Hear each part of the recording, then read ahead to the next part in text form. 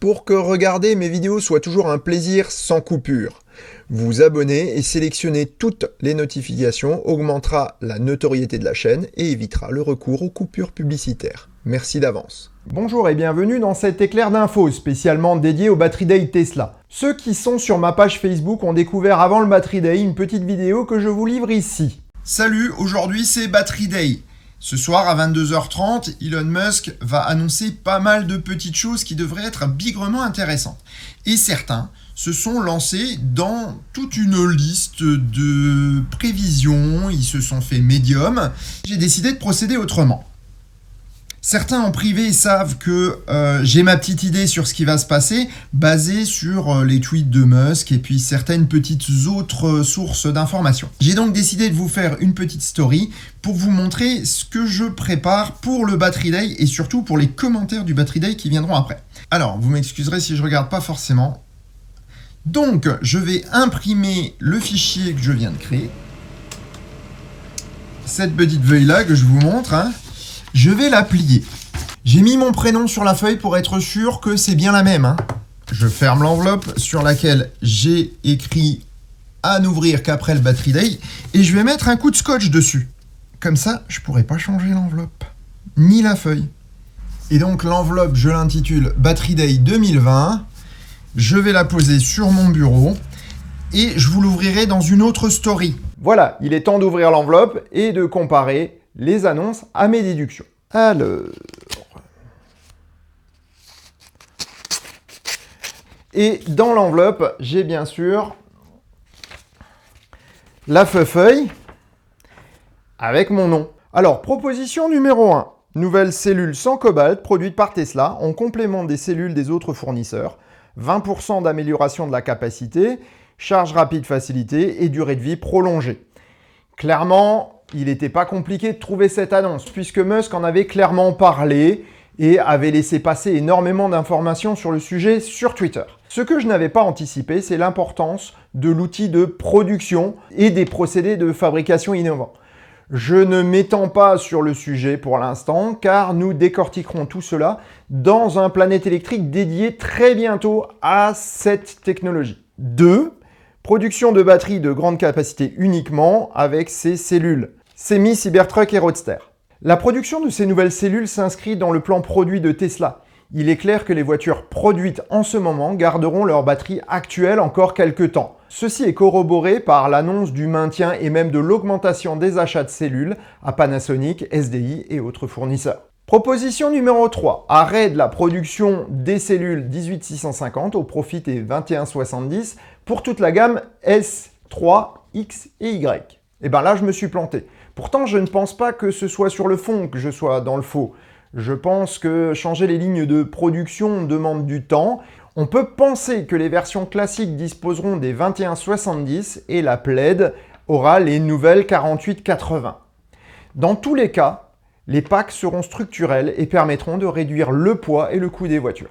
4. Intégration des cellules 2170 lithium-fer dans les modèles d'entrée de gamme comme la Model 3 SR+, produite en Chine. Musk a été très clair dans cette partie.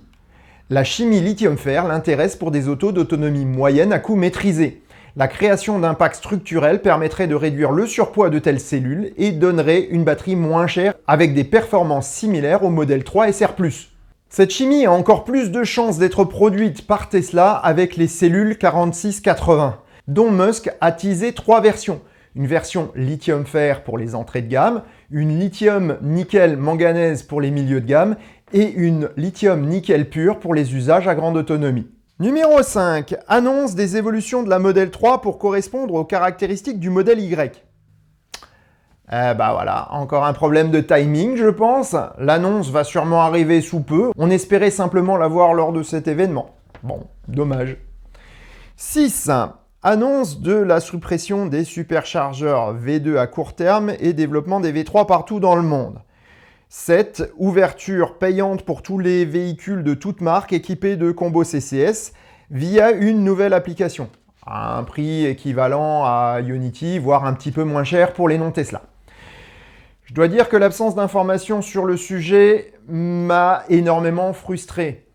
Surtout après un post de Musk sur Twitter qui a annoncé des infos sur le sujet. Il a survolé la recharge de ces nouvelles cellules et personne n'est revenu sur le sujet lors de la séance de questions-réponses.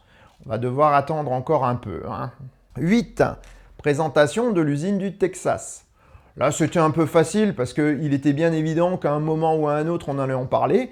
Le sujet de la Terafactory d'Austin a été évoqué, mais pas plus que les autres usines en cours de construction ou d'évolution. Lors des questions-réponses, Musk a estimé les capacités de production pour le Cybertruck de cette Terafactory d'Austin à 350 000 véhicules par an. Petite parenthèse concernant le Cybertruck. Musk a décidé de tout centrer sur les États-Unis puisqu'il s'agit du plus gros marché concernant les pick-up. Je pense que le même modèle sera vendu en Australie, mais que la version Europe ou Asie sera effectivement plus petite comme il vient de l'annoncer. C'est un peu dommage. En ce qui me concerne, si c'est le cas, j'annulerai ma commande de Cybertruck pour prendre autre chose. Numéro 9. Présentation de la nouvelle motorisation Plaid, S, X et Cybertruck disposant de moteurs identiques à la 3 et à la Y.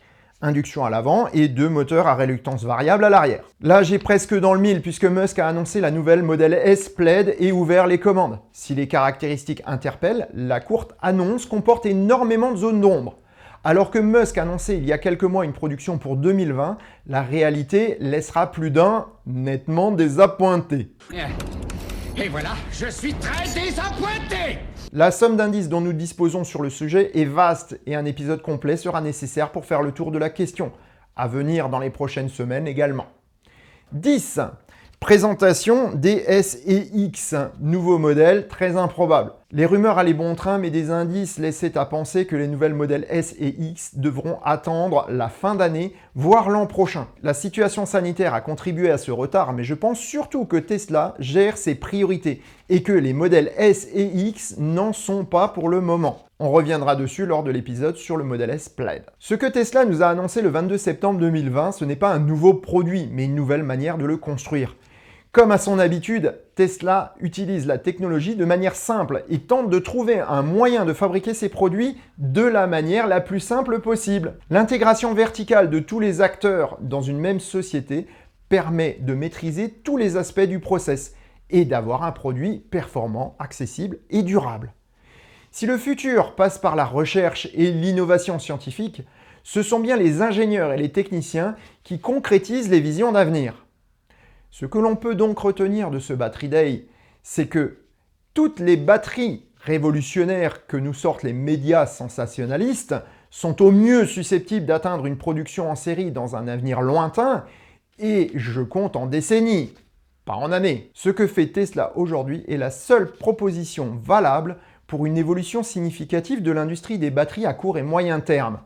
Les équipes du constructeur californien repoussent les limites de la technologie actuelle, non pas en inventant, mais en utilisant de manière innovante les technologies dont nous disposons déjà. Et c'est de cette manière que l'on peut changer le monde. Et sur ces bonnes paroles, je vous souhaite bonne route et à bientôt dans un prochain épisode du Choucroute Garage. Salut! Petit bonus pour ceux qui sont allés au bout de la vidéo ou ceux qui ont consulté le chapitrage dans la description. Vous constatez que le décor, c'est l'ancien et c'est le vrai. Vous avez constaté un petit changement en début de vidéo. Pour en savoir plus sur toutes les évolutions qui vont intervenir dans le Choucroute Garage, je vous invite le 2 octobre lors d'un vlog où nous allons parler de la saison 2. Je présenterai également la Rose des Vents de Noël qui se passera en Alsace.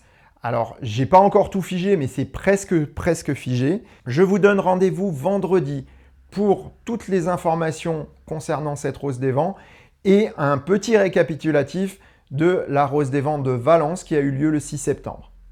Voilà, sur ces bonnes paroles, je vous dis vraiment maintenant bonne route et à bientôt pour un prochain épisode du Choucroute Garage. Salut!